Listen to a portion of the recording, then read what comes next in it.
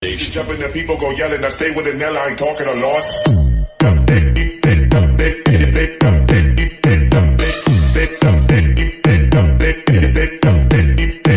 Dinasti Abbasiyah adalah dinasti kedua dalam sejarah Islam klasik yang menggantikan dinasti Umayyah.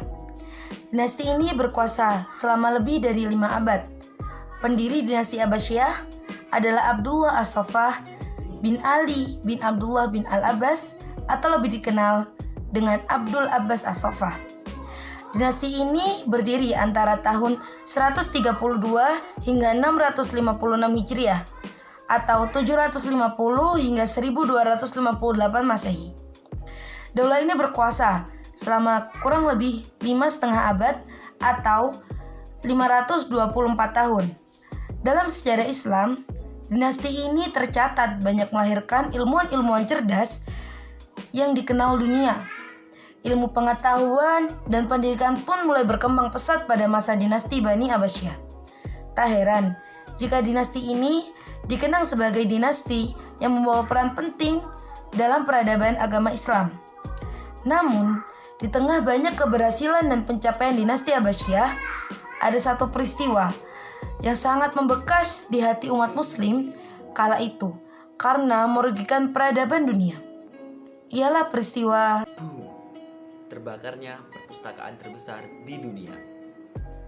Kisah tentang terbakarnya perpustakaan di Baghdad merupakan sebuah kisah pilu yang mana perpustakaan di Baghdad itu adalah perpustakaan terbesar pada zamannya dan awal mundurnya peradaban di dunia Islam.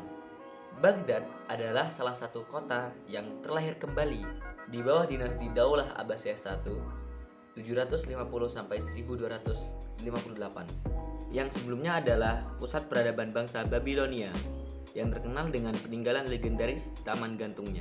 Kota ini berada di wilayah subur karena dibelah oleh sungai Efrat.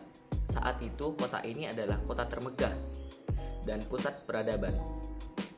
Khalifah pertamanya adalah Abu Ja'far atau lebih dikenal dengan sebutan Al-Mansur yang menjabat pada 754 sampai 775 Masehi. Dialah yang membangun Baghdad dengan mendatangkan para tukang yang ahli, juru pahat, dan pelukis untuk membangunnya. Hasilnya, selain sebagai pusat peradaban, Baghdad juga menjadi pusat ilmu dan kesenian. Pada tanggal 29 Januari 1258, kota Baghdad mulai dikepung oleh pasukan Mongol di bawah pimpinan Jenderal Cina Guo Han atau yang biasa disebut Kulaku. Sepekan kemudian, yakni tanggal 5 Februari 1258, Pending berada di sekitar Baghdad mulai dikepung dan dikuasai oleh Kulaku. Khalifah kemudian berusaha bernegosiasi dengan Kulaku akan tetapi ditolak. Pada tanggal 10 Februari 1258, Baghdad resmi menyerah.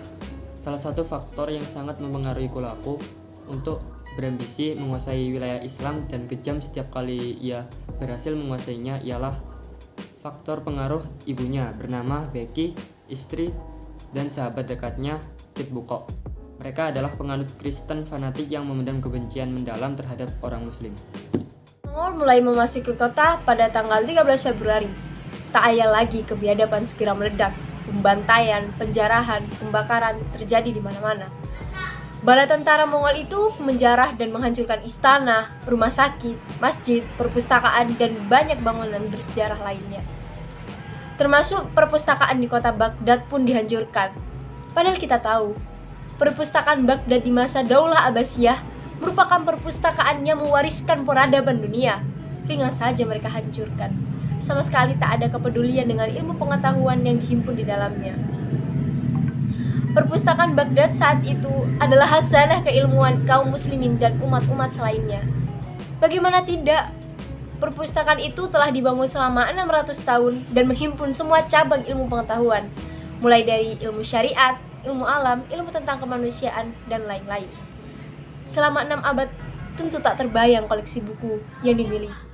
Dahulu, ilmu-ilmu yang ditulis dengan bahasa Persia, Yunani, Sanskerta, dan lain-lain diterjemahkan ke dalam bahasa Arab, kemudian disimpan di perpustakaan Baghdad.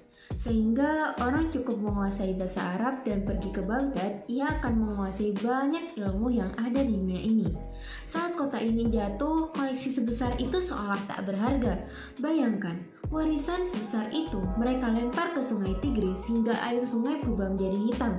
Bahkan ada yang mengatakan kuda-kuda Tatar bisa melintasi sungai dengan jembatan timbunan berjilid-jilid buku yang mereka lemparkan ke sungai. Tentu kejahatan ini tidak hanya merugikan umat Islam saja, bahkan merugikan peradaban manusia juga.